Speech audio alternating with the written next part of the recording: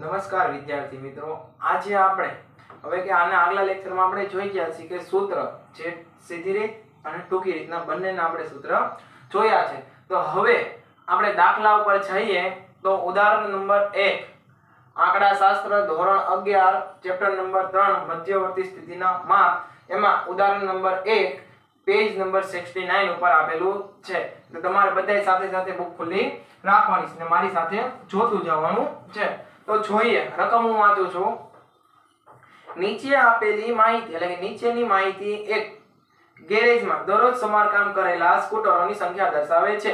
રોજાના સમારકામ કરેલા સ્કૂટરોની સંખ્યાનો મધ્યક શોધો. પછી નીચે રકમ આપી છે 7, 13, 4, 8, 6, 19, 10 અને 4. તો આપણે ઓલરેડી અહીંયા લખી નાખી છે કે જે આનો કે જે આપણે શાબ્દિક છે એ કાઢી નાખ્યો અને ખાલી રકમ લખીને મધ્યક મેળવો. તો મધ્યક મેળવવા માટે હવે તમારી પાસે અને મારી પાસે સૂત્ર છે, કેમ કે આપણે આગળ લખી ગયા સીધી રીતમાં. તો કે મધ્યકનું સૂત્ર શું છે?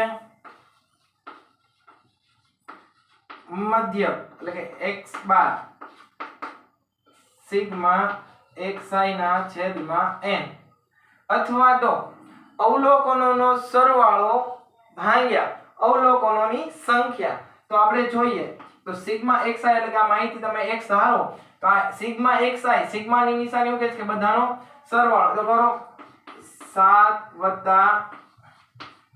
13 + 4 + 8 + 6 + 9 + 10 + 4 છેદમાં એમ કીધું કે અવલોકનોની સંખ્યા એટલે 1 2 3 4 5 6 7 8 એટલે કે અવલોકનોની સંખ્યા કેટલી છે? 8 છે.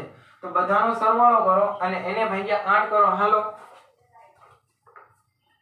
બધાનો સરવાળો એને ભાગ્યા 8. તો બધાનો સરવાળો ઉદાહરણ છે તો આ 61 ના છેદમાં 8. તો 61 ના છેદમાં 8 એટલે કે એનો આન્સર આવશે 7.62.5. પણ આપણે આને રાઉન્ડ ફિગર એટલે કે પોઈન્ટ પછી બે જ અંક રાખો તો 63 એટલે કે 7.63 એકમ આપણે લખી શકીએ, અથવા તો મધ્યક. તો આ રીતે મધ્યક મેળવવાનો થાય. આવડે કે ન આવડે? તો કે હા, આવડશે. મધ્યકનું સૂત્ર હોય સિગ્મા xi ના છેદમાં n. ક્યારે? જ્યારે ટૂંકી આપણે કહેવાય ને સરળ રીત છે ત્યારે. એટલે કે કહેવાનો મીનિંગ એમ કે આંકડાકીય માહિતી આપણે જ્યારે ટૂંકી આપી હોય એટલે કે આંકડાકીય માહિતી મોટી ન હોય ત્યારે આપણે આ સૂત્રને એપ્લાય કરવાનું છે.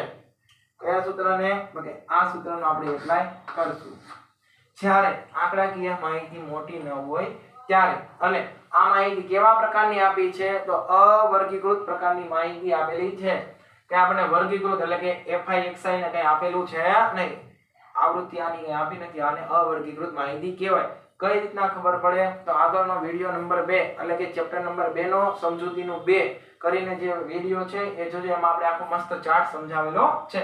ચાલો આટલું લખી નાખો ઉદાહરણ. પછી આપણે સ્વાધ્યાયનો એક દાખલો જોઈએ સેમ આની જેવો છે એટલા માટે.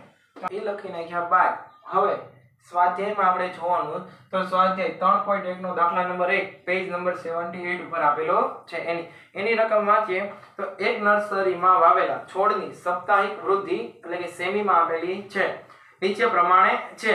નીચે પ્રમાણે એટલે કે આપણને આ રકમ આપેલી છે કે કઈ છે? તો કે 1.0 3.2 1.4 1.9 2.4 1.6 1.4 2.1 1.3 અને 1.5. કોઈને માહિતી ઉકલતી ન હોય તો હું બોલી ગયો છું, બરાબર. અમુક શબ્દમાં એવું થાય કે ન સમજાય તો પણ હું બોલ્યો છું તો એ પ્રમાણે લખી નાખવાની છે. તો કે વૃદ્ધિના સેમીમાંથી મધ્યક મેળવો. તો મધ્યક મેળવવા માટે મધ્યકનું સૂત્ર તમને અને મને બધાને હવે ખબર છે. x બાર બરાબર સિગ્મા xi ના છેદમાં n.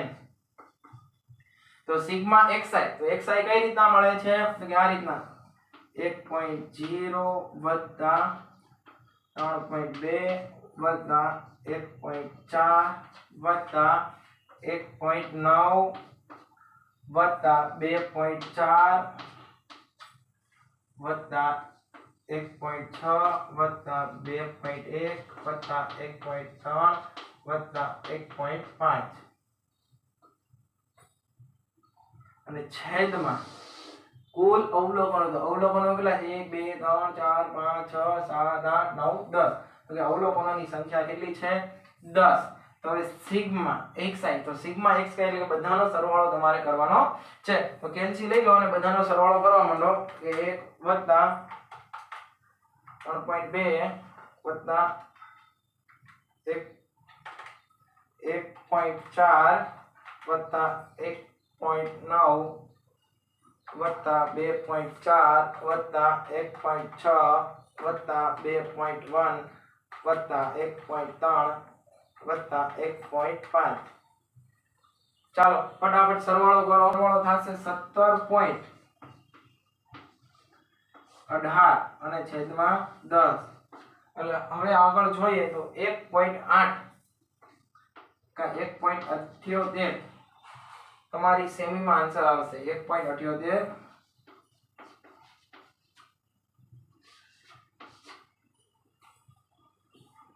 આ બધાનો સરવાળો ભાગ્યા 10, તો પોઈન્ટ હજુ એક આગળ વી આવશે એટલે 1.78 પાછળ 5 કરતા મોટી સંખ્યા છે એટલે કે 8 તમે લઈ શકો લખવા હોય તો, પણ આપણે બે સંખ્યા રાખવી છે તો કાંઈ વાંધો નહીં, તો 1.78 રાખી શકો છો.